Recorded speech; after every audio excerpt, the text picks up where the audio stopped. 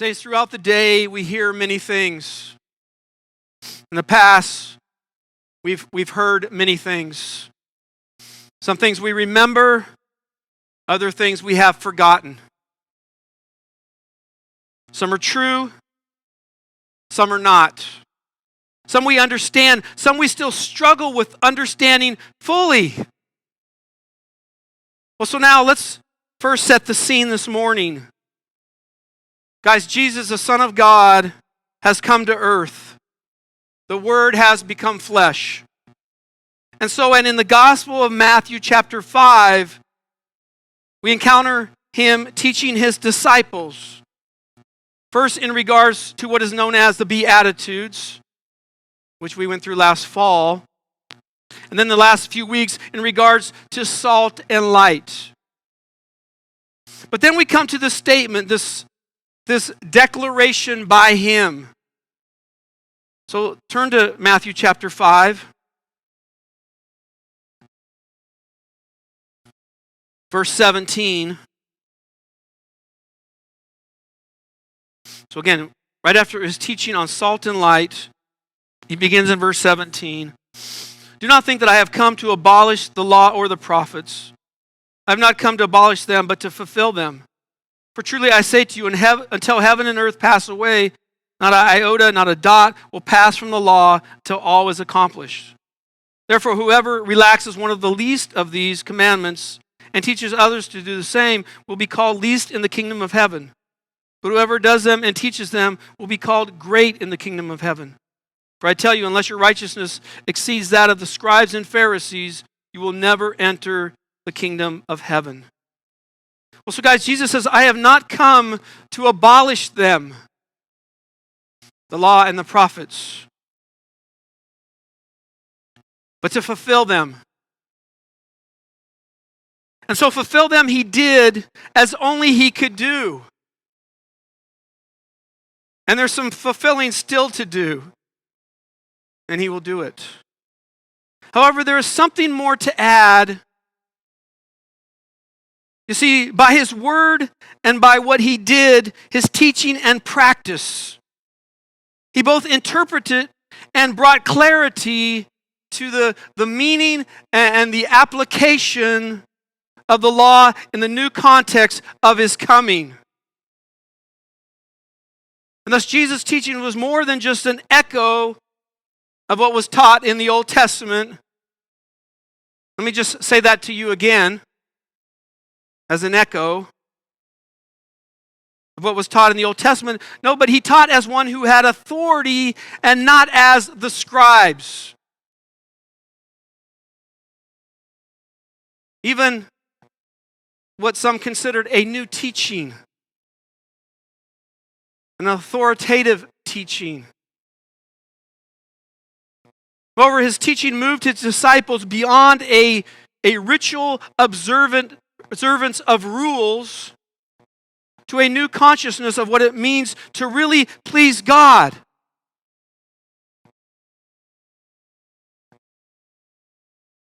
This morning our passage in Ephesians chapter 6 was on servants and masters, slaves and masters. And the focus is glorifying God. Not just following rules. How do you glorify God as an employee? How do you glorify God as an employer? It's not just about rules. So again, a new consciousness of what it means to really please God, and one which penetrates beneath the surface level of rules to be obeyed, to a more radical openness to knowing and doing the underlying will of your Father in heaven.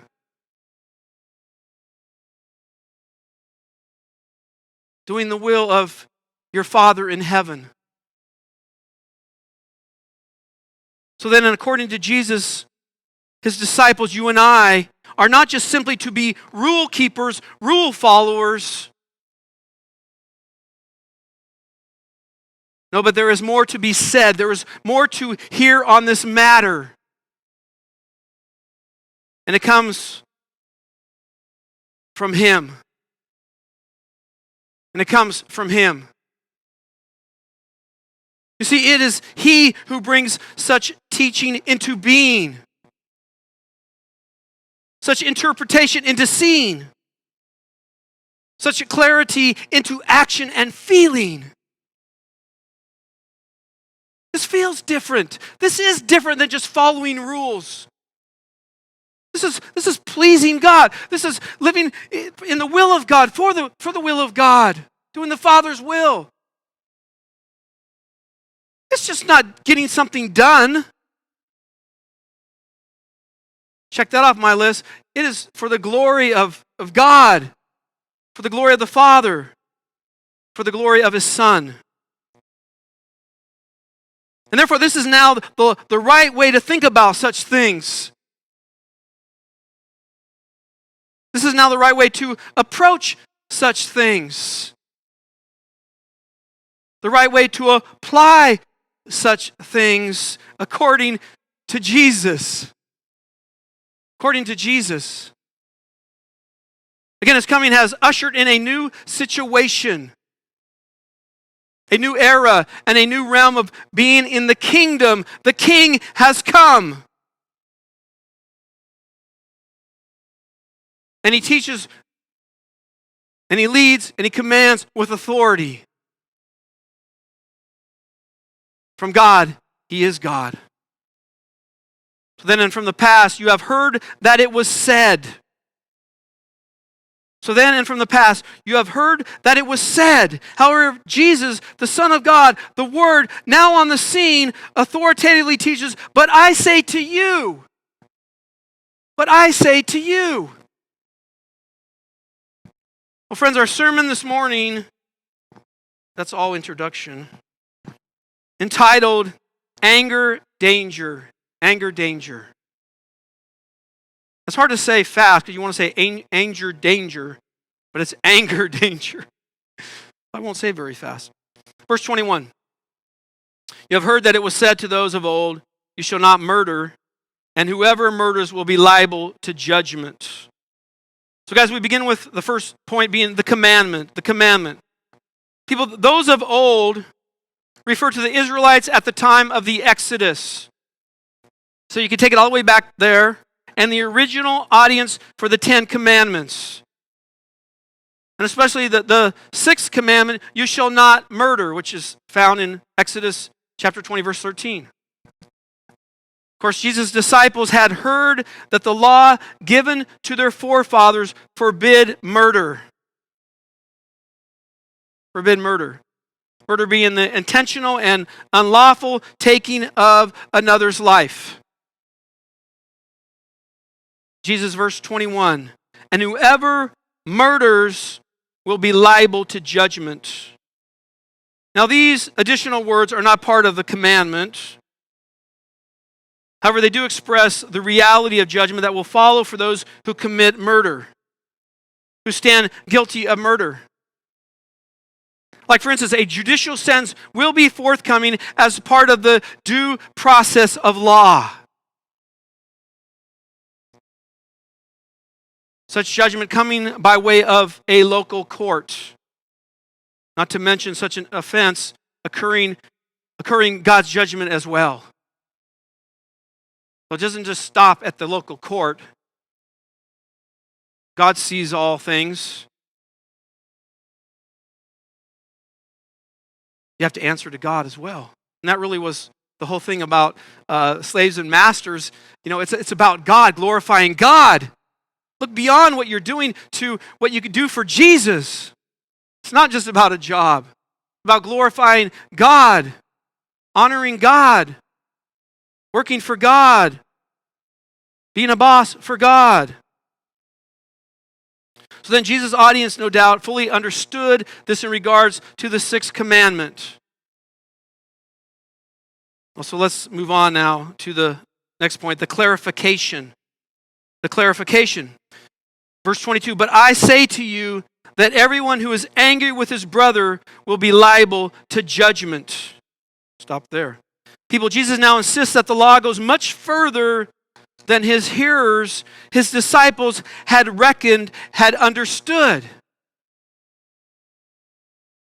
And this might be new for us. We really haven't, dived into this passage.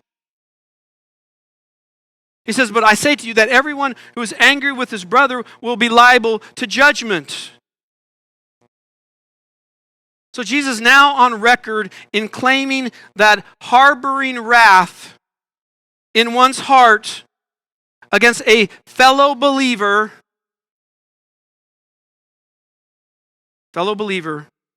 a brother or sister in the Lord, is also sinful and deserving of punishment. So again, this is huge that we know this, that Jesus teaches this, so that we can apply this. Because, this does happen in churches a lot. People hold things against each other, claiming that harboring wrath in one's heart against a fellow believer, a brother or sister in the Lord, is also sinful and deserving of punishment. Of course, the root of murder is anger, which means anger is a murderous principle. Goes back to the root. Having so much anger for someone that you would go as far as to end their life. Thus the Lord here broadening the scope of murder to include being angry against someone whom anger is most inappropriate. Like, for example, a fellow disciple, a brother and sister in Christ that you fellowship with, that you do ministry with, that you come and worship with, that you serve with. Again, a brother or sister in Christ. Such a person then, furious, seething, wrathful, and full of anger towards such a one, such a person, such a brother or sister. Again, furious, seething, wrathful, full of anger. And therefore Jesus declares that this type of sinful behavior will be liable to judgment just like the charge of murder.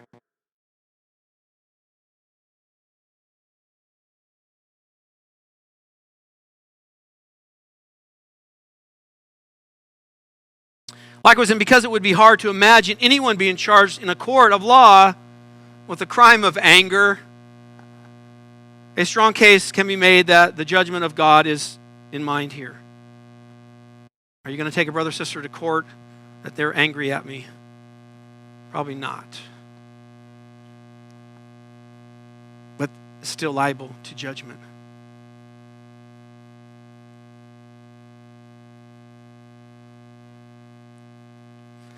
Well, guys, Jesus now broadens the scope even further, and in doing so gives further clarification to the commandment. So again, back to verse 22. Whoever insults his brother will be liable to the council. Friends, Jesus now refers to a brother in the Lord who insultingly calls another brother in the Lord empty head.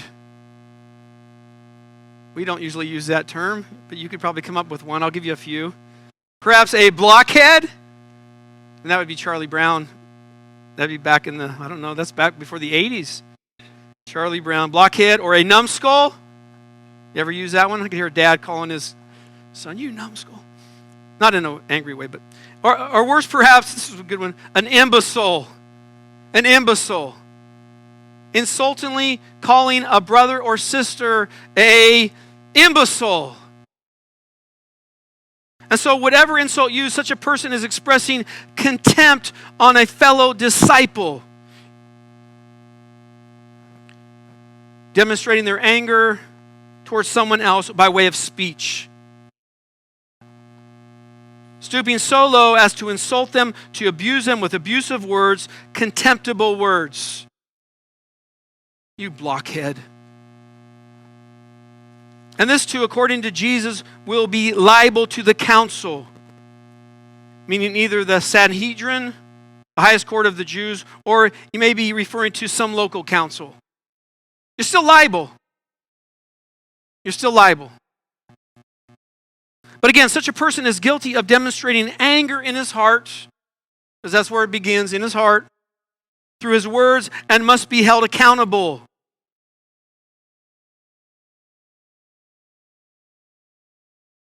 Again, this is a fellow sister or brother in the Lord.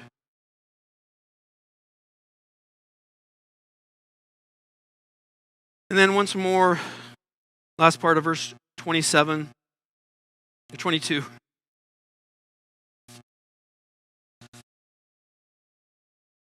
Whoever says, "You fool," will be liable to the hell of fire. So this now, the third form of murder Jesus addresses. Calling someone a fool could lead to a murderous quarrel. Fool, a derogatory term that carries with it overtones of immorality and godlessness, as well as idiocy. You fool. We probably use that term more than any of the other ones we mentioned today. What a fool. You fool. So again, we see an attitude of contempt for another, a brother, which according to Jesus, God takes extremely serious. This is not okay. This is coming from a heart of anger. And the root of murder is anger. I mean, the very idea of insulting someone made in God's image and chosen by Him to be one of His, such a person, Jesus says, will be liable to the hell of fire. And this, no doubt, shocking to those who heard Him utter these words. You know, like what? To fire? What did Jesus just say? For calling someone a fool?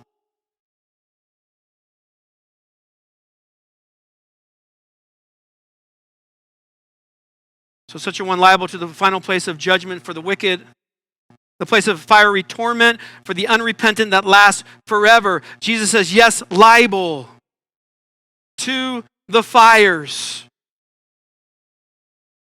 One could picture outside of Jerusalem the city dump that is perpetually on fire, trash burning. Before that, it was probably a site of abomination to the Lord, of killing babies, killing children.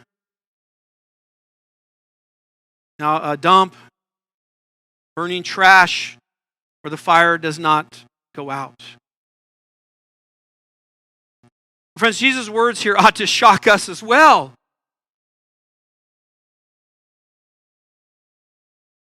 Let me take it back. Take it back. Everyone who's angry with his brother will be liable to judgment. Being angry. Whoever insults his brother will be liable to the council. Whoever says, "You fool," will be liable to the hell of fire. So there's a price to pay. There's a penalty to pay. It's not okay. It is not okay.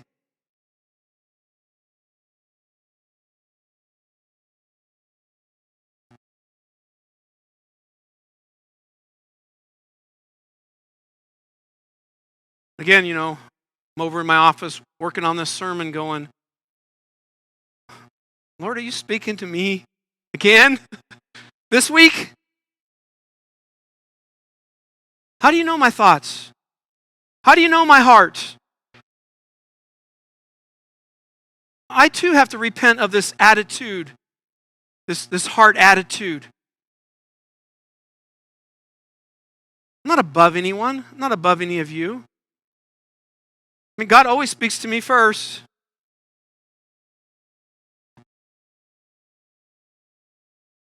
So it ought to shock us. Ought to give us a jolt of reality, biblical clarity. But we can't just dismiss this.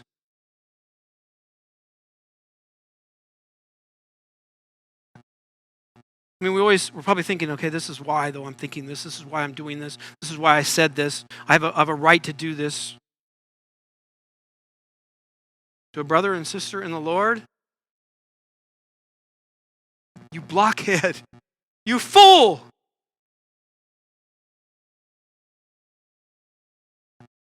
Like we said before, the Lord isn't just merely offering advice here. You should be nice to each other. This is authoritative teaching. This is taking a commandment and saying, let's broaden it. I've arrived.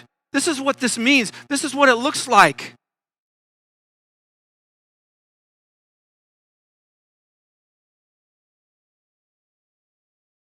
So again, this is authoritative teaching by him.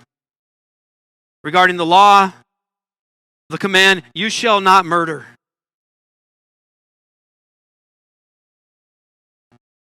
Taking it a step further, taking another step further to the fires of hell. So this being further clarification of its meaning, his interpretation, a true application in light of his coming. And thus, Jesus' listeners, his disciples, you and I need to escape this judgment by dealing decisively with such sin. We too are liable for this judgment if we continue in this sin. Who are we to think we're going to escape this?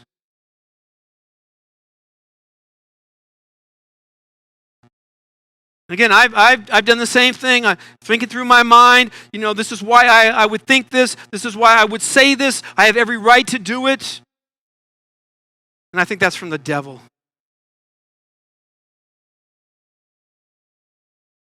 That's not of God.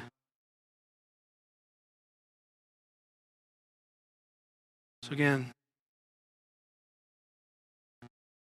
we need to escape this judgment by dealing decisively with such sin, such anger, such murderous actions and words. You can murder somebody with your words. You can have the intent of murder with your words. Such intentions. So now, our third point being the correction. Verse 23, so if you are offering your gift at the altar, and there remember that your brother has something against you.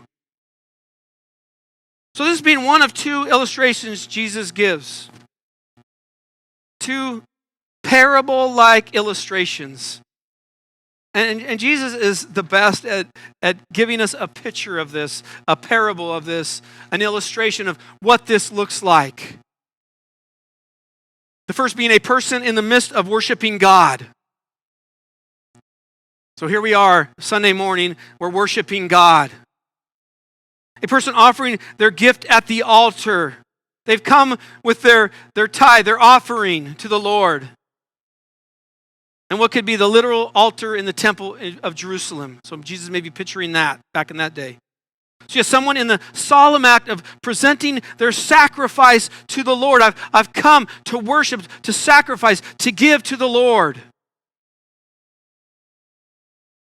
However, in so doing, he remembers that his brother has something against him.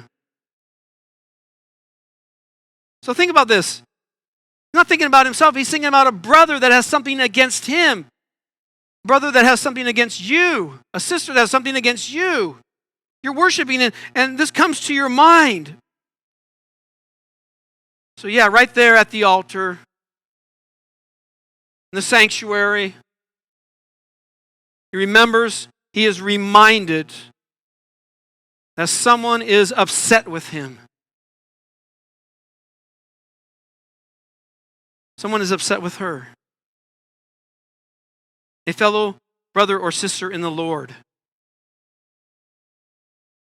which means the person at the altar has done something to prompt another brother to anger.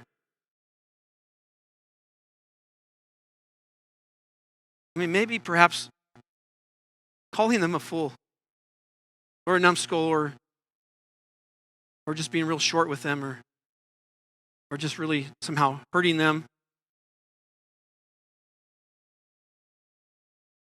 So we're speaking of a just and legitimate claim against him or her. It comes to mind. You did something to this person, and you know it. And they have something against you. You see, some matter of offense has been taken. A brother's anger, a sister's anger has been aroused. It has been provoked. You know they're mad at you. You know you did something. So what to do? I mean, you're right in the middle of presenting offering and gifts to the Lord. You're right in the middle of singing, the Lord reigns. Is that a song, worship song? To the Lord. And now this. Anger, danger. There's a look on your face. You don't look happy. It just comes to mind. You're worshiping God. You're singing. You're waiting for the bucket to come around, and you think, "Oh my gosh,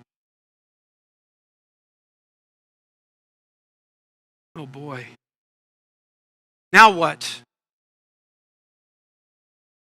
Verse 24. Jesus says, "Leave your gift there before the altar and go. First be reconciled to your brother, and then come and offer your gift." What to do? Go, leave your gift, and go. Walk out, jump in your car, and go if they're not here. If they're in the foyer, go out in the foyer. You can even go to them here and say, "I need to talk to you right now." We might miss a song. I miss the preaching, but I have something I need to talk to you about. And guys, this is an imperative. This is a command. You need to just go. To leave your gift and go. So then Jesus exposing the seriousness of anger, even the anger we have brought on another by something we have done. So again, we know they're mad at us. We know we did something.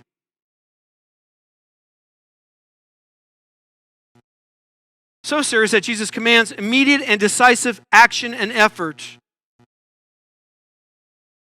I mean, the one worshiping is to stop and leave the animal, the offering right there at the altar and go.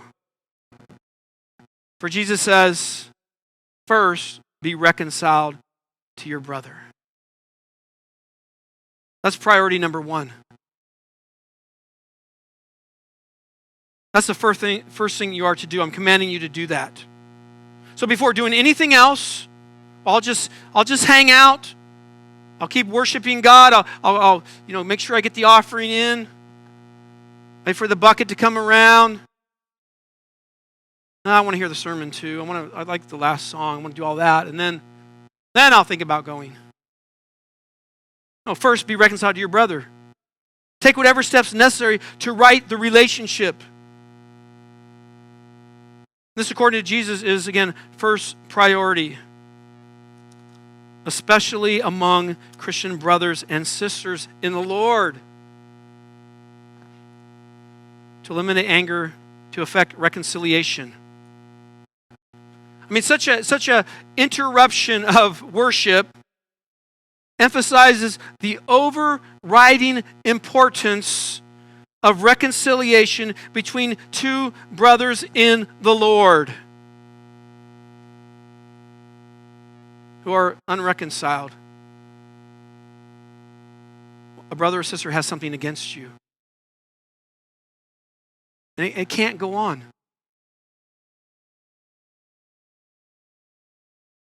You go back, at times, having a problem with somebody in the church. Go back to when I was first saved in the church, and you would You would try to bypass that person somehow in church. You would still going to go to church, but you would somehow, sneak in or sneak out or walk around them. Or, we've all done that. We've all played that game. But Jesus is saying, no, you go right to them. There's a problem.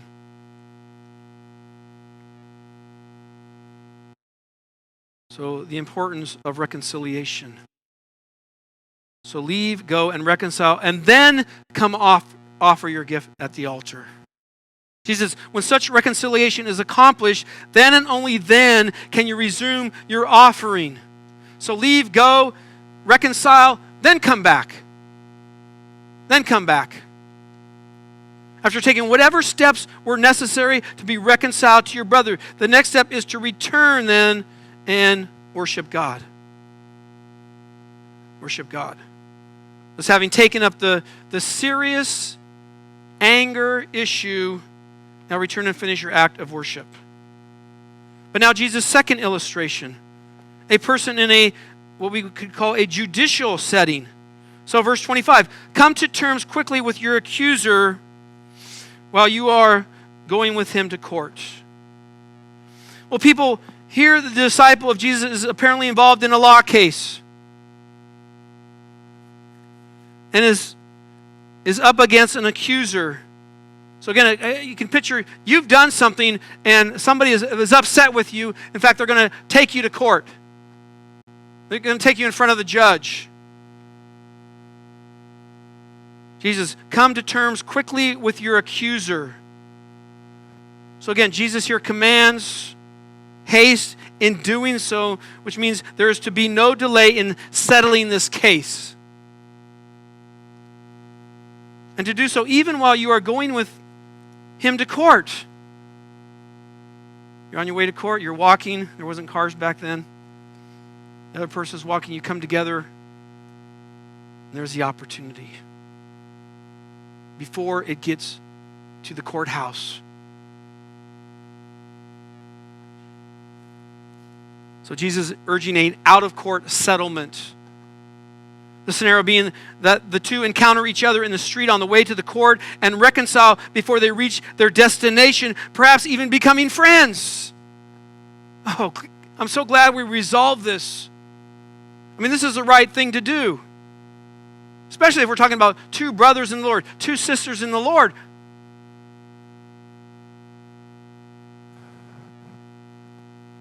So again, an out-of-court settlement between fellow litigants that brings reconciliation and even possible friendship.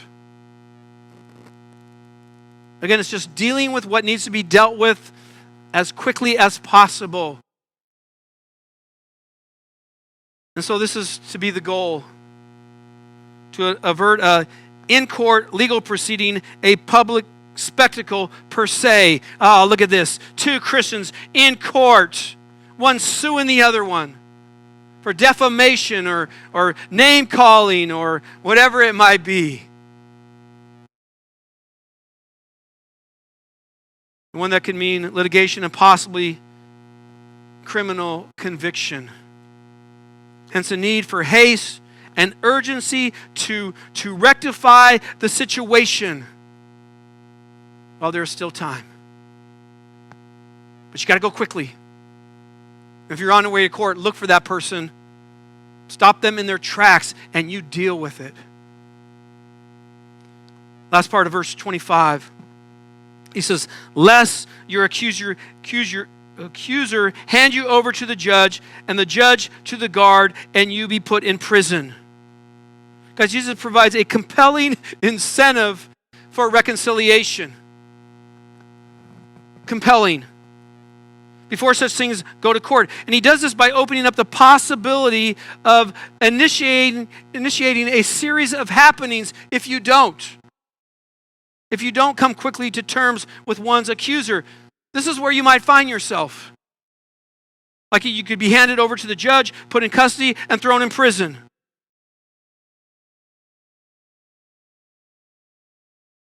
Having been arrested, judged, and convicted, now given a prison sentence. Verse 26, truly I say to you, you will never get out until you have paid the last penny. Well, people, Jesus makes it clear that the following statement is true and important. Truly I say to you, but also alerting us to a more ultimate purpose than merely avoiding imprisonment. Saints, in the ancient world, debtors were jailed until debts were paid. They put you in jail and you stayed there until you paid the last penny. Last penny. Thus, a full payment was to be paid for what the penalty required, even to the last penny. You had to pay it. The penalty had to be paid. And therefore, this is not the position or situation a disciple of Jesus wants to find himself in. A disciple whose anger has now incurred not only man's judgment, but more importantly, God's.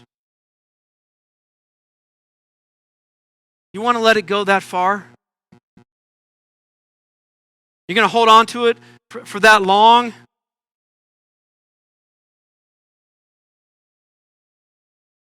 It's got to be squeezed out of you to reconcile, to make it right? Well, friends, Charles Spurgeon once said regarding our passage this morning, our Lord and King restores the law of God, and speaking of Jesus, to its true force, and warns us that it denounces not only the overt act of murder, thou shalt not murder, but every thought, feeling, and word that would tend to injure a brother or annihilate him by contempt.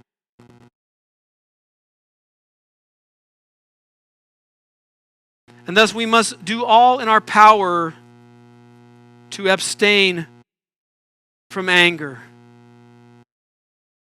to end it, if we have it, for another brother and sister, to end it. Of course, malicious anger is so evil.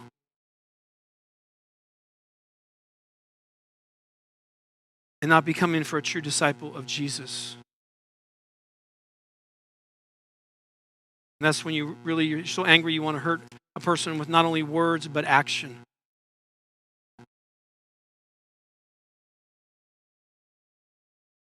And we are to do this reconciliation, going to a brother or sister with haste. We must take every opportunity for reconciliation, of going directly and decisively to a brother or sister in question. Again, like, I need to talk to you right now. I mean, I know sometimes we don't want to share with them our anger, our frustration with them. We think that's not right. But if we're holding on to that and it's coming out of our heart, that's wrong. That's not right either. That's ungodly. That's sinful.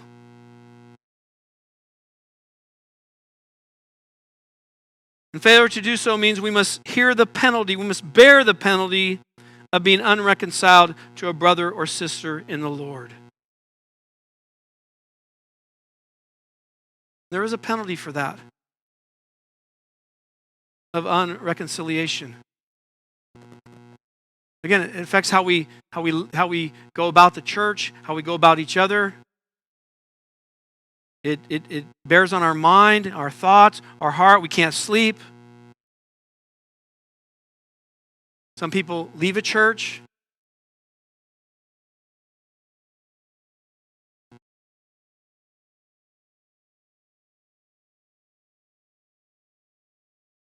And in such cases of unreconciliation, God's judgment is certain. So then, guys, we must not allow bad relationships to remain unresolved, our hearts unrepentant, and our lives seemingly unregenerated. It's not how a Christian is to live. That's not how a disciple is to live. Seemingly unregenerated. Such anger, such broken and unreconciled relationships, according to Jesus, do not conform to the values of the kingdom of heaven. And thus the commandment, you shall not murder, now broadened in focus, now narrowed in importance. To include and conclude in a dire warning of anger, danger, and a subsequent judgment if not resolved.